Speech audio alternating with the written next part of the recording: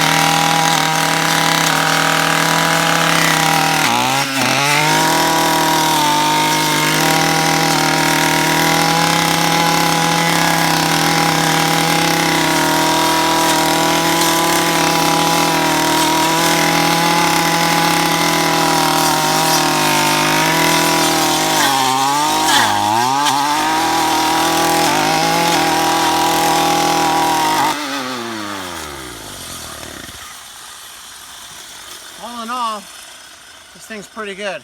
You can see the damage I've done on a lot of this thick stuff.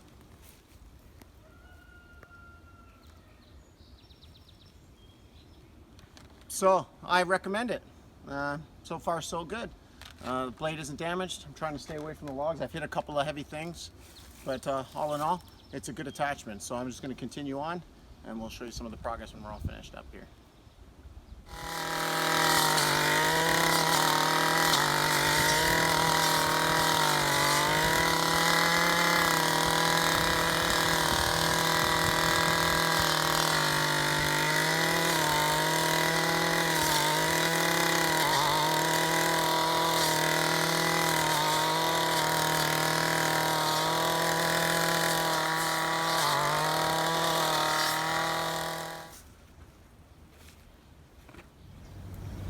So this is definitely the time of year you want to go to the box stores, because they're shutting down their little nurseries or their garden centers.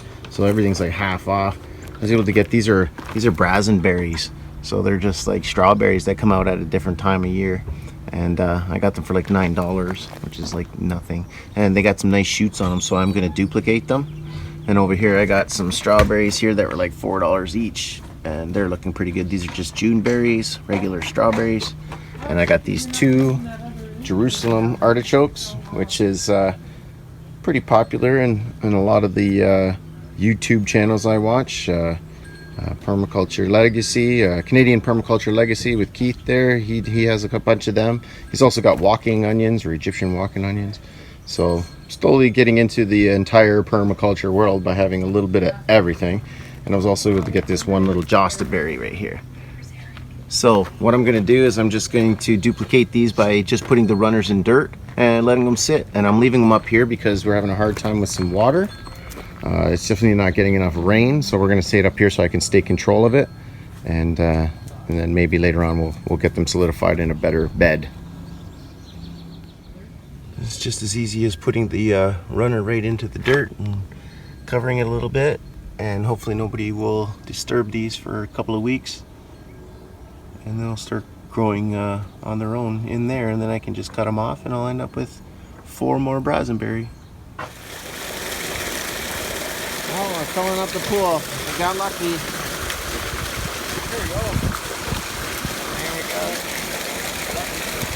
By the end of the day, we'll have some water in here in a couple of hours. Might even go for a swim today. Okay, so it's really dry out here, but I do have some moist dirt. What I'm going to do is try and mound up my Haskaps so that they'll allow a lot of the shoots to grow.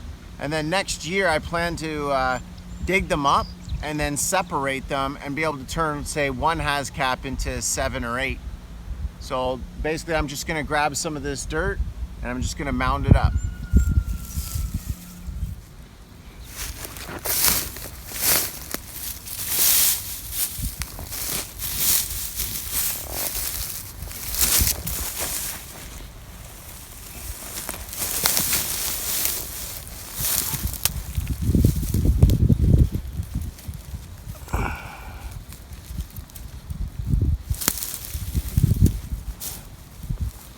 You could use any kind of material for this, really. They say you can use old dirt, clay, whatever it takes.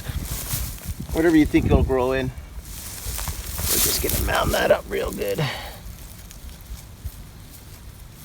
Just mound it up. And basically, that's it. So I'll put the straw back there. Plus this has got a little bit of manure in it, so I'm kind of fertilizing all at the same time. I hope it's not going to, it should be ready. I mean, fertilizer should be good. And that's pretty much it. So you can see my water crisis. But on the right hand, I got some of my wildflowers that I've been sowing for the last 2 years have been poking out. So there's some there, and there's another little one over here. And there's some sporadically in here, but it was just nice to see some of those seeds take place.